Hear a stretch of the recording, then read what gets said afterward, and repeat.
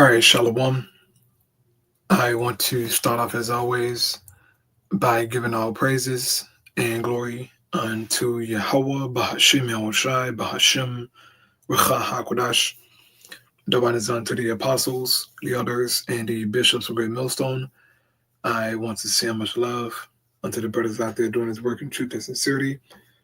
And I also want to send peace and blessings unto the believers of the hopeful elect. And in this lesson, I wanted to do a response unto a video here that's put up by Coin Bureau here on YouTube. And as you can see, the title of his video reads, Stablecoin Law Passed, Will Digital Dollar Destroy CBDCs? And for the record, man, stablecoins is just another CBDC. All right? Don't get caught up in this propaganda of stable coins being better than CBDCs and that is more safer and more private. No. It's programmable money, okay, that will be issued by banks and other private sectors to pretty much bring hell in your life. But what these stable coins are doing is they're laying a path for what the Bible calls the mark of the beast. The mark of the beast will be implemented in our time. You're going to see it. It's going to manifest. Okay? And when it happens, you will know that the Bible foretold that this would take place. That you would not be able to buy and sell without this particular mark. Which that mark is that microchip that will be embedded in your skin, under your body, right? In your body, excuse me. Whether it's your right hand or your forehead, right? Or your hands, okay, doesn't matter which hand or your forehead, whatever, is in you, okay? And without that mark, okay, you will not be able to function in society. Buying, selling, whatever, okay? This is how they're looking to gain that control, man. But we're seeing the stepping stones to lead to this thing, man.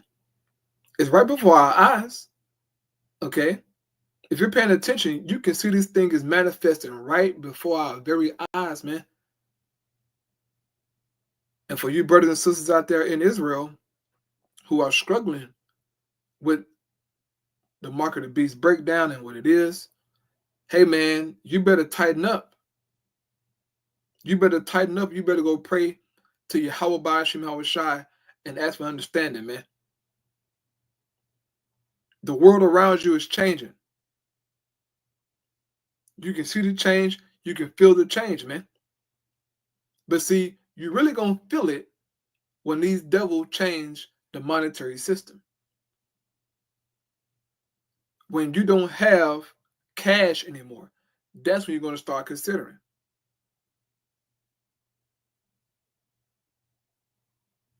But see, it may be too late for a lot of people, man. How many more warnings you think the Most High God is going to give? How many more signs? How many more videos? Okay? A time is coming to where these videos won't be done. Okay? And you won't have no access to this. And you're going to know what to do, where to go. Should you take the M.O.T.B? Should you not take the M.O.T.B? Confused. It's a little bit too late in the game for all that, man. Pay attention. Use your brain, man. What is Esau pushing? What is stable coins? What is CBDCs? What does this stuff mean? A lot of you in Israel don't even know what a stable coin is. Don't know what CBDCs are. I mean, you don't have a clue. But a lot of you are mocking. You're scoffing still. You're playing games.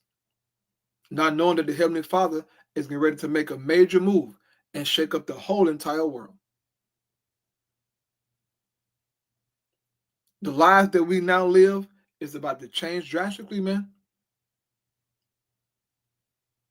And I hope your brothers and sisters out there are taking this truth serious. I pray that you are, because it's going to be very trying, man, in these coming days. It's going to be very trying once this stuff truly shifts, bro. But hey, the ball is in your court, man. If you think it's a joke, that's on you. But this thing's going to manifest, okay? It's going to manifest, bro, and the game plan going to be over with. So I'm going to get into this video here, man. Let me speed up a little bit. This whole video is good, okay? The whole video. I watched this today at work. Whole video is good, you know, but he made some very good points in this thing, man, and I want to just highlight those points and get my precepts and close out. But this is a damn good video. Recently, the US passed sweeping stablecoin regulations, setting the stage for dozens, maybe even hundreds of different digital dollars to flood the world. Central banks and governments everywhere are now scrambling to respond. Some are pushing forward new stablecoin legislation, while others are even considering launching their CBDCs on public chains like Ethereum and Solana. That's why today we're breaking down exactly how the rest of the world is reacting to the US's stablecoin play and whether it's ultimately bullish or bearish for crypto. My name is Guy, and you're watching The Coin Bureau. First though, nothing in this video is financial advice. Everything here is purely educational content intended to keep you informed about the fast-changing world of crypto, stablecoins, and CBDCs. And if you find value in this kind of content, don't forget to smash that like button, subscribe to the channel, and ping that notification bell so you never miss an update. Now, let's start with Europe, specifically the EU. For years, the European Central Bank, or ECB, had a simple plan for the digital euro. Launch a tightly managed central bank digital currency, or CBDC, on a private permissioned blockchain, accessible only through traditional banks and payment processors. But history had other plans. The first warning shot came as far back as 2019, when Facebook announced plans for its own global digital currency, Libra. Suddenly, central banks across the world realized that their grip on money could be threatened by a private tech giant. And that's when European officials began working on a digital euro, with the ECB publishing early research papers in 2022 and 2023. However, the public reception was lukewarm at best, and the idea seemed destined to move at a bureaucratic snail's pace. Then, in July 2025, the United States passed the Genius Act, creating a clear regulatory path for stablecoins and unleashing a tidal wave of digital dollars on global markets. For many in Brussels, this was a wake-up call. If the euro can't compete, it risks being left behind in a world dominated by dollar-backed stablecoins. In August this year, reports from the Financial Times confirmed that the ECB is now seriously considering launching the digital euro on a public blockchain, possibly Ethereum or Solana, instead of a private system. ECB officials now say they are, quote, experimenting with different technologies, both centralized and decentralized. But as of now, no final decision has been made on the path forward. But why this sudden pivot? Well, for the ECB, it's all about defending the euro's sovereignty.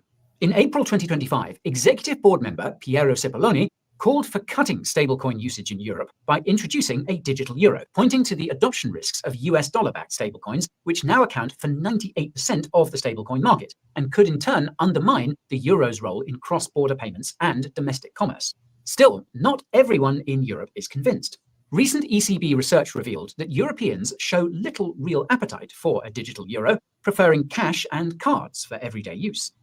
This is probably why the ECB has stated that cash isn't going anywhere, and the digital euro is simply designed to complement, not replace, physical money. But if you've been following our previous coverage, you'll know that some of the ECB's early papers openly discussed a future where private payments, especially cash, might eventually disappear, leaving everything tracked and logged on centralized payment networks. And that's the goal, okay? They're lying to the people, giving them this illusion that they're going to, continue to use cash. No. Cash gives you autonomy, financial autonomy to buy what you want, do what you want without it being tracked and traced. The purpose of them bringing in the digital currencies, right, is to track and trace and monitor and have control over your spending. That's the whole point of it, right? Ultimate control. If it's programmable, then they can do what they want to do with it. But if you got cash, don't know what you're doing with it, right? So they're going to wipe out cash eventually, okay? It's going to become obsolete. Everything's going digital, man. It has to go digital for them to get control. So we're going off Bible prophecy, not off what they might say or what they think or what, no, the Bible, okay? The scriptures. You're going to cause all, both small and great, rich and poor, free and bond, to receive their mark, man. Here we go. And despite the lack of public interest, the ECB is still moving ahead. The Governing Council expects to make a final decision on whether to launch the digital euro by the end of 2025. If they choose to proceed, the proposal will then go to EU officials for debate and approval, a process that could take another 2 to 3 years, assuming it even gets the green light. At the same time, the ECB is overhauling its broader settlement infrastructure. Under the Pontes initiative, a pilot launching in Q3 2026 will connect distributed ledger technology platforms with the Eurozone's core payment rails. Early settlement trials involving more than 60 financial institutions and 1.6 billion euros in tokenized assets have reportedly shown strong demand for digital settlement using central bank money. Make of that what you will. Next, let's cross over to Asia, starting with China. For years, China's approach to digital currency has been all about control.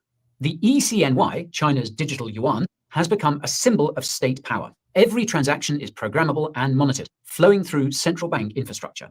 By 2025, hundreds of millions of wallets were live, and the system was deeply integrated with China's largest banks. But after the US passed the Genius Act, Beijing's financial strategists had to rethink their plans. Reports began to surface that China's State Council was considering, for the first time, a yuan-backed stablecoin.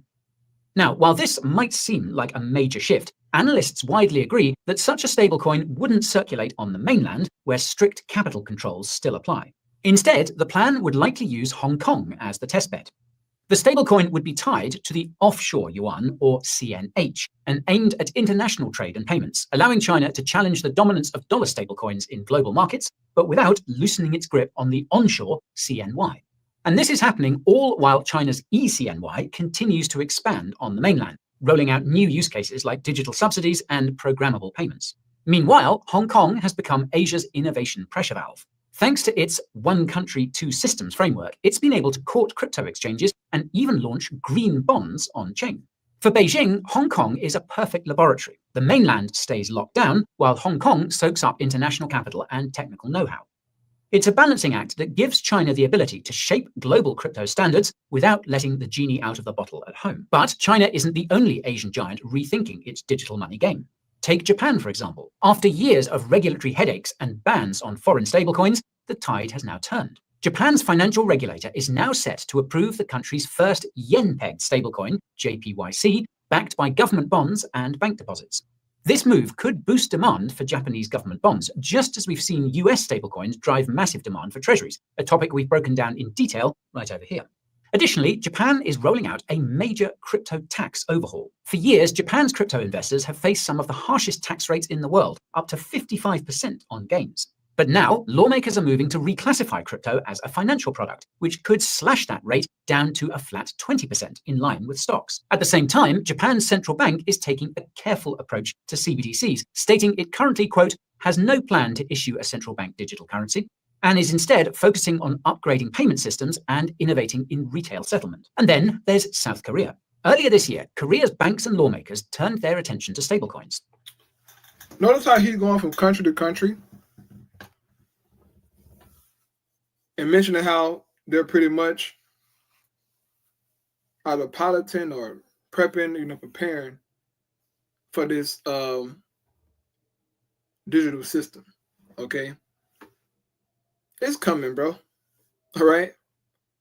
If the EU nations are doing it, and then you got these so-called Asian countries doing it, bro, that's pretty much the whole world. Everybody is doing it, okay? They have to. In order for the change to come, they're going to need the governments all across the earth to agree. Okay? This is a serious thing, man. And people don't understand the magnitude of what's going to happen. Okay? You understand the magnitude of it? This is about to get real, man. And it's going to be weird using these stable coins, right? It's going to be weird, bro. Very weird. Okay? Very, very weird.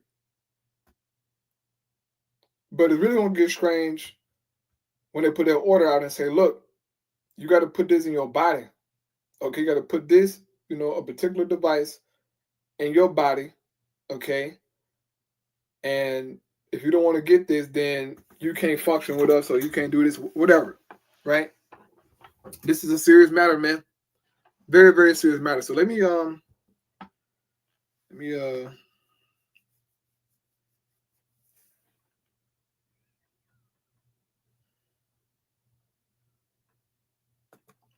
ahead here a little bit. And now let's turn our attention back to the United States, the country that fired the starting gun on this stablecoin and anti-CBDC race. For years, the idea of a Federal Reserve digital dollar was the ultimate bogeyman in crypto circles. Critics warned of total surveillance, programmable money, and unprecedented state control. That narrative caught fire, fueling political pushback from both sides of the aisle. By early 2025, politicians, especially Republicans, rallied around the idea that a CBDC was a bridge too far, with Donald Trump promising there would be no central bank digital currency under his watch. With the stage set, the next chapter came in July 2025, when Congress passed the Genius Act, establishing America's first comprehensive regulatory framework for stablecoins. But the real story is more interesting than that. What the Genius Act essentially does is hand the keys to digital dollar issuance to private companies, banks, fintechs, and a new breed of regulated payment firms. Under the law, only licensed, permitted payment stablecoin issuers can issue US dollar stablecoins, and they have to back those coins one-to-one with cash or short-term treasuries. They must also disclose their reserves monthly, keep customer money separate from company funds, and prioritize user redemptions in the event of bankruptcy. Sounds like progress, right? And in some ways, it is. The Genius Act finally brings a clear legal framework to an industry that's grown to over $280 billion, almost entirely in regulatory limbo. For the first time, there are real consumer protections, transparency rules, and restrictions on what stablecoin issuers can do with your money. But here's where it gets tricky. All the surveillance, programmability, and transaction monitoring that critics feared from a Fed-run digital dollar hasn't gone away. It's just been handed off to private corporations. Under the new law, all stablecoin issuers must comply with the Bank Secrecy Act, meaning they have to verify identities, monitor transactions, and flag suspicious activity. Law enforcement can request... You heard that? Hey, man. They setting the stage, bro. Okay, for total control. Right? What I mean, like, come on, bro. They're telling you without telling you, okay? They're telling you without telling you, man. When these things hit the streets, bro, it's going to be crazy. Being told, hey, look, you can't buy this, or you spent too much of that, or bro, it's going to be crazy, bro, right? And I can damn near guarantee you almost that them stable coins, whatever it may be, they're going to be programmed to only buy certain things. Certain things you ain't going to have the luxury to just buy, okay? They want to control your spending, right? They want to flag you when you do something wrong, so-called, as he's saying. All stablecoin issuers must comply with the Bank Secrecy Act, meaning they have to verify identities, monitor transactions, and flag suspicious activity. Law enforcement can request data, and wallets can be frozen for compliance reasons, often without... See that? You see that? You don't comply, they can just freeze your money. If you don't want to comply, get down, okay, with the get down, they can just freeze you out, bro. These are stepping stones to that mark, man. It's going to get that serious. And these devils will use this power to get the people to comply, bro. Because people got to eat, people got to pay for things. So they're going to comply. Right? So that they can continue to be an American or whatever they at, in the world. But this is serious, man. Play it again. Meaning they have to verify identities, monitor transactions, and flag suspicious activity.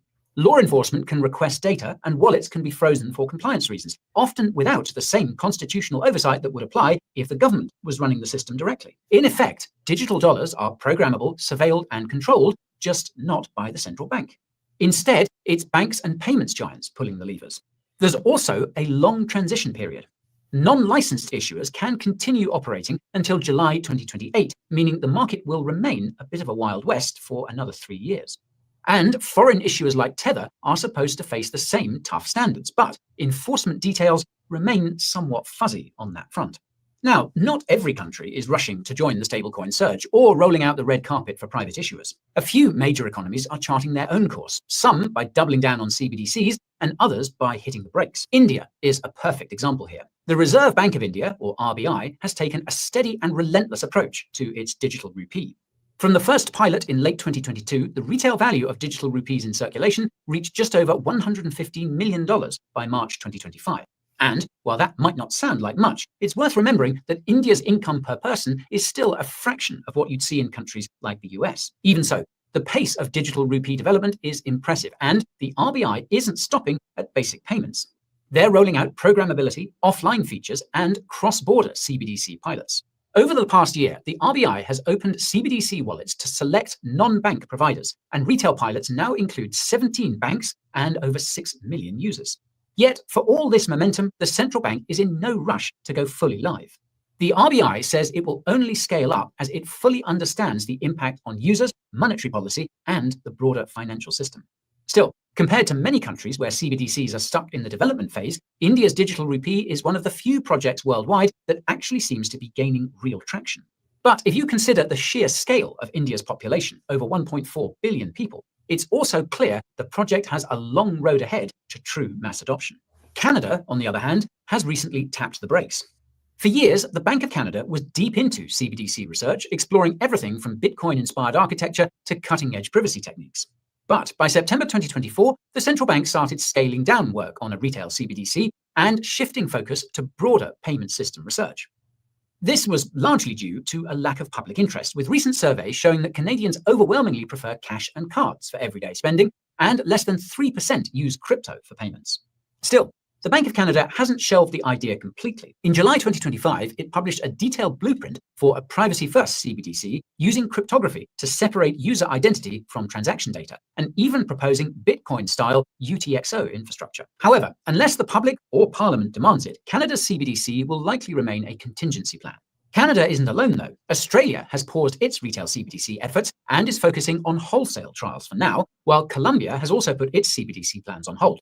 Both countries citing a lack of clear public benefit and concerns about destabilizing the banking sector. Additionally, the Bank of England is now rethinking its digital. Once again, you see how different nations are being mentioned? They're all pilots and they're all trying these things out, bro. They're all trying it, bro. They're all programming it, bro. They're all doing it. Why? Who told all these governments to just all of a sudden play around with CBDCs and stable coins? Who sent out the email, man?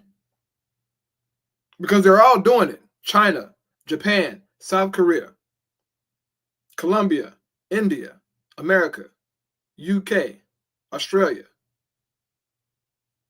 Ghana.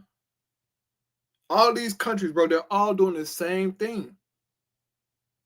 If you can't put two and two together, brother, I don't know what to tell you. But something big is getting ready to happen, man. Okay? Something major. And if you ain't prepared, fella, it's going to be hard on you, player. It's going to be hard. Okay? If you tied into this world, locked into this world, man, You can get ready, boy. Real talk, you can get ready. Because it's going to get sticky out here, play. It's going to get sticky. Okay? They're going to change the whole monetary system.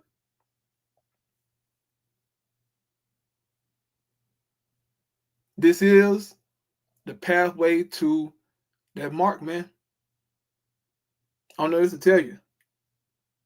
But it's here. Okay? It is here, man. Still got Jake and Israel playing around. Not sure about the mark of the beast. Whether it's an embargo, whether, it's the white woman, whatever. Ridiculous. Okay? You're being ridiculous, man. If you can't see what's going on, brother, go pray to your HOUSTON-EVANGELIST, man. Go pray to the Lord, man. It's the best thing you can do, brother, is go pray, ask the Heavenly Father for wisdom, for understanding. So that you don't be out here just lost, man. Some of these leaders in Israel are lost. Their congregation are lost, man. You're going to have so-called brothers and sisters in Israel that's going to take the mark of the beast, bro. It's going to be crazy. They're going to have on fringes, all that. And take the M.O.T.B, man. Here we go. Pound plans, preferring to let commercial banks innovate in payments rather than launching a state-backed CBDC. And in the UAE, we're seeing a hybrid approach. The central bank plans to roll out its digital dirham by the end of 2025, while at the same time approving new licensing rules for stablecoin issuers, with both models set to run side by side. So then, what does all of this mean for crypto and your financial future? Well, in just the past year, we've seen digital dollars flood the world, stablecoins become household names, and governments everywhere scrambling to keep up. In some places, the lines between stablecoins and CBDCs are blurring so fast it's almost impossible to tell who's really in control, the state, the tech giants, or the people building the protocols. On one hand, the triumph of stablecoins in the US and the ripple effects across Europe and Asia look incredibly bullish for crypto's role in global finance. We're seeing public blockchains, decentralized infrastructure, and open standards being discussed at the highest levels of government and central banking. But as we've seen, the more stablecoins are integrated into mainstream finance, the more they start to resemble the very systems they were supposed to disrupt. Under the Genius Act, stablecoins may look permissionless at a glance, but the underlying controls, surveillance, and profit flows remain, with regulators and big corporations calling the shots. In Europe and Asia, meanwhile, policymakers talk up privacy, choice, and sovereignty, yet are ready to introduce programmability, identity checks, and even spending controls in the name of security or national interest. For everyday users, there's more convenience, more access, and sometimes, at least in theory, more choice. But there's also more data being collected, more financial behavior being monitored, and more risks if a major stablecoin issuer runs into trouble or if a government decides to pull the plug. Yet, even with all those concerns, it's not all doom and gloom. Crypto's roots are in open systems, censorship resistance, and decentralization. And there are still projects. All right, that's enough on that video. The information that he gave was very informative. All right. Stable coins is brother, it's a CBDC, bro. Don't get caught up in the name. It's the same thing. It's the same freaking thing, bro. Only matter of time, man. Get my precept and get up out of here, bro. 2 Ezra 9:5 says, for like as all that is made in the world had a beginning and an end, and the end is manifest. Okay? What we're seeing is the end manifests itself, man.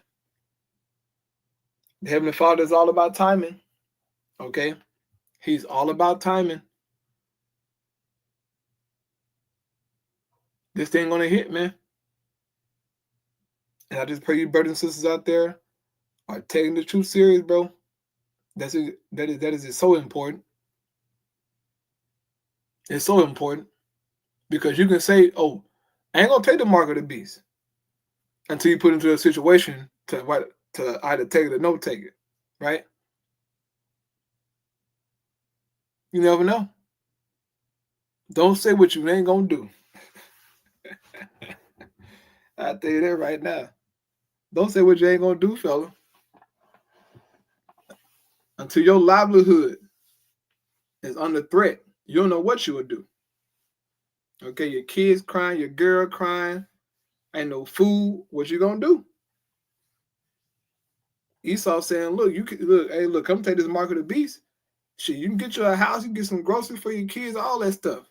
Clean credit score, healthcare, all that, right?